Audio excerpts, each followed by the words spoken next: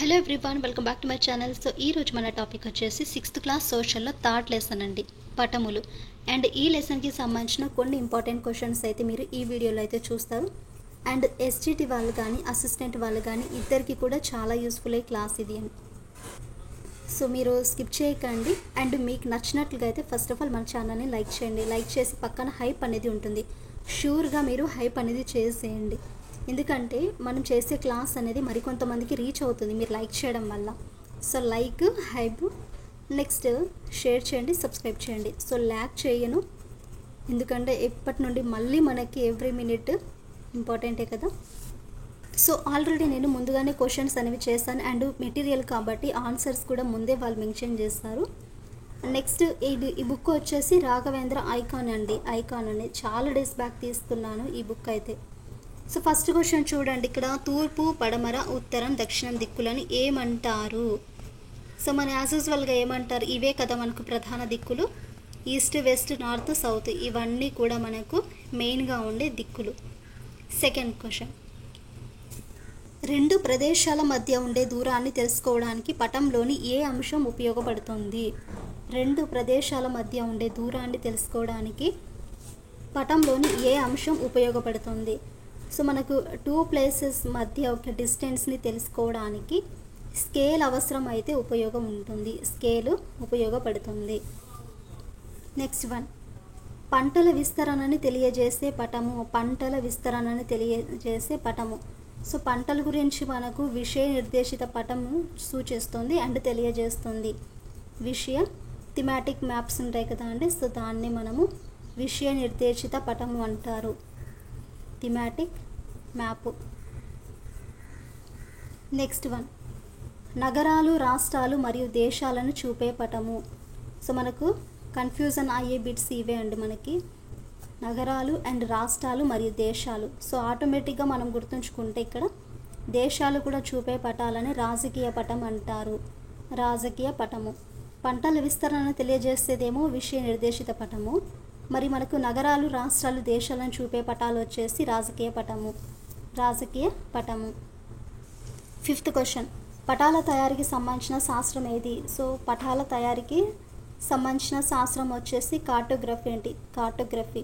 So దాన్నే మనము పటాల తయారీకి సంబంధించిన శాస్త్రం ఏదన్నా ఉందంటే అది కార్టోగ్రఫీ. సిక్స్త్ క్వశ్చన్, భూమిపై ఉన్న భూభాగపు పలకలను ఏమంటారు? భూమిపై మనకు కొన్ని పలకలు ఉంటాయి, సో వాటినే మనము ఖండాలు అంటారు. భూమిపై ఉన్న భూభాగపు పలకలనే ఖండాలు అంటారు.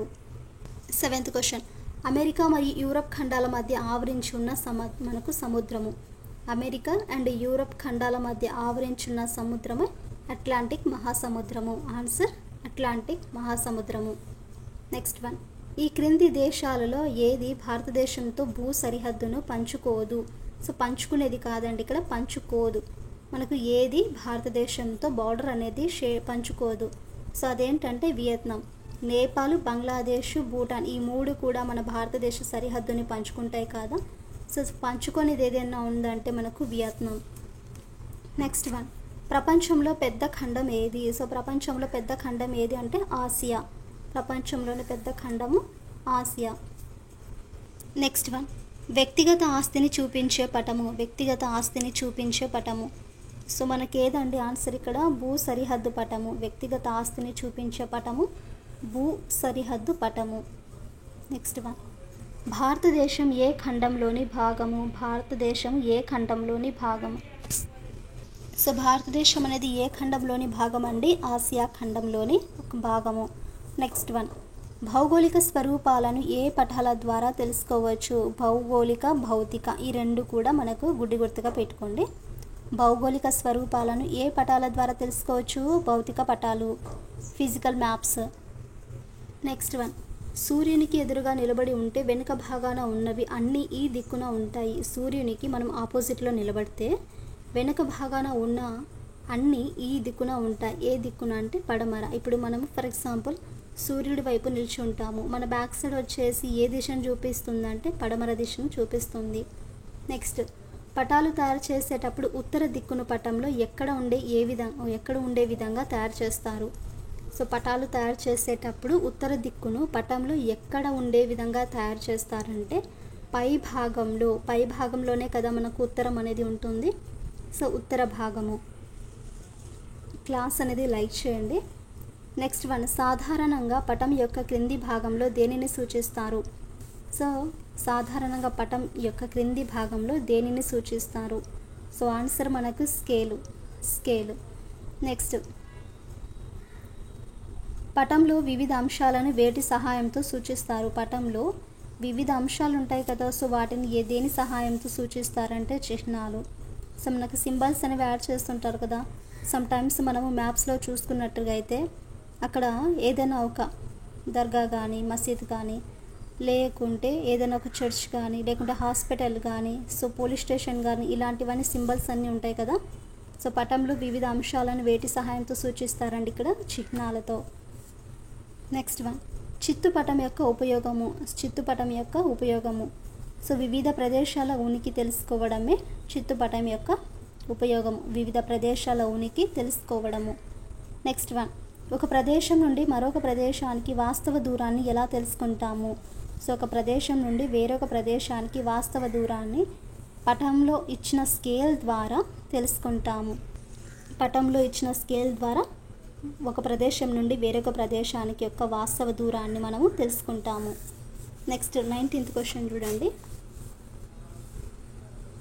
ఇచ్చిన పటంలో చెట్లు ఏ దిక్కున ఉన్నాయి? సో చూడండి, మనకి ఇక్కడ మీకేం కనిపిస్తుంది? సూర్యుడు వచ్చేసి తూర్పు, ఇల్లు వచ్చేసి పడమర, అండ్ నెక్స్ట్ ట్రీస్ వచ్చేసి ఉత్తరం సైడు, అండ్ బావి వచ్చేసి దక్షిణం సైడ్ అయితే ఉన్నాయి కదా అండి. సో మనకి ఇచ్చిన పటంలో చెట్లు అనేవి ఏ దిక్కున ఉన్నాయి? ఉత్తర దిక్కున అయితే ఉన్నాయి. సో ఇది గుర్తుంచుకుంటే చాలు మనకు. సూర్యుడు ఉత్తర దిక్కున ఉదయిస్తాడు. ఇచ్చిన పటంలో చెట్లు ఏ దిక్కున ఉన్నాయి? ఉత్తర దిక్కున. నెక్స్ట్ వన్, ఇచ్చిన పటంలో దేవాలయం దక్షిణం వైపున ఉంటే దానిని ఏ అక్షరం ద్వారా గుర్తిస్తారు? సో చూడండి, ఇక్కడ ఇచ్చిన పటంలో దేవాలయము దక్షిణం వైపు. సో దక్షిణం వైపుగా ఉంటే అది ఏ గుర్తుతో మనము గుర్తిస్తారంటే లెటర్తో నార్త్. అంటే ఫర్ ఎగ్జాంపుల్ మనకు ఇక్కడ నార్త్ సైడ్ ఉందండి, మనకు ఇక్కడ సౌత్ సైడ్ టెంపుల్ అనేది సౌత్ సైడ్ ఉంటే దానిని ఏ అక్షరం ద్వారా సూచిస్తారు? సో మనం ఇక్కడ దీన్ని చూడండి, ఇది మనకు నార్త్ అనుకోండి, ఇక్కడ మనకు సౌత్ వస్తుంది. సో వీళ్ళు మనకి ఏబిసిడి లాగా ఇచ్చారు కాబట్టి చిన్నపాటి కన్ఫ్యూజన్ అయితే ఉంటుంది. లేకుండా ఈస్ట్ వెస్ట్ నార్త్ గానే ఇచ్చింటే సరిపోయేదండి. నెక్స్ట్ వన్, రాము తన పాఠశాల నుండి పార్కుకి వెళ్ళాలనుకుంటే ఏ దిక్కుగా వెళ్ళాలి? రాము తన పాఠశాల నుండి పార్కుకి వెళ్ళాలనుకుంటే తను ఏ దిక్కున వెళ్ళాలంటే దక్షిణ దిక్కున అయితే వెళ్ళాలి. నెక్స్ట్, పటంలో ఇచ్చిన ఏ దిక్కును సూచిస్తుంది? పటంలో ఇచ్చిన ఏ దిక్కును సూచిస్తుంది? సో ఆన్సర్ వచ్చేసి వాయువ్యం. అంటే ఫర్ ఎగ్జాంపుల్ ఇక్కడ మనకు సో ఇక్కడ చూడండి, ఫర్ ఎగ్జాంపుల్ ఇక్కడ మనకి east west north and south కదా. ఈశాన్యంకి ఆపోజిట్లో వాయువ్యం అయితే ఉంటుంది, వాయువ్యం. నెక్స్ట్, ఈ చిహ్నం దేనిని సూచిస్తుంది మనకి? సో ఇలాంటి చిహ్నాలుగా ఉంటే అవి ఖచ్చితంగా టెంపుల్స్ ఉంటాయి. సో ఈ చిహ్నం దేనికి సూచిస్తుంది? దేవాలయాలకి సూచిస్తుంది. నెక్స్ట్ 24th క్వశ్చన్ చూడండి, ఇక్కడ పిక్చర్ కూడా చూడండి. నదికి దగ్గరలో ఏ రోడ్డు చూపబడింది? సో నదికి ఏ రోడ్డు మనకు చూపబడింది? సో ఆన్సర్ వచ్చేసి ఇక్కడ రోడ్స్ గురించి మనకి పక్కా రోడ్డు కానీ, కచ్చా రోడ్డు, సిమెంట్ రోడ్డు ఇవేవి కావనేసి ఇచ్చారు. కానీ మనకి ఇక్కడ నదికి దగ్గరలో ఏ రోడ్డు మనకు చూపిస్తుంది అంటే కచ్చా రోడ్ అయితే చూపిస్తుంది. నెక్స్ట్, దేవాలయానికి ఏ దిక్కున నది ప్రవహిస్తుంది? దేవాలయానికి ఏ దిక్కున నది ప్రవహిస్తుంది? సో ఏ దిక్కులో మనకు నది అనేది ప్రవహిస్తుంది అంటే ఈశాన్యము. నెక్స్ట్ వన్, చెరువు ఏ దిశలో ఉంది? చెరువు అనేది మనకు ఏ దిశలో కనిపిస్తుంది?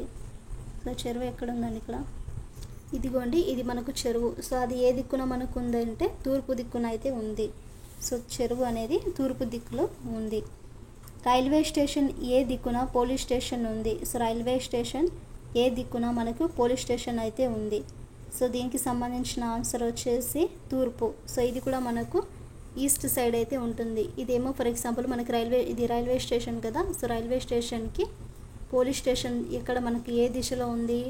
ఈస్ట్ సైడ్ అయితే ఉంది.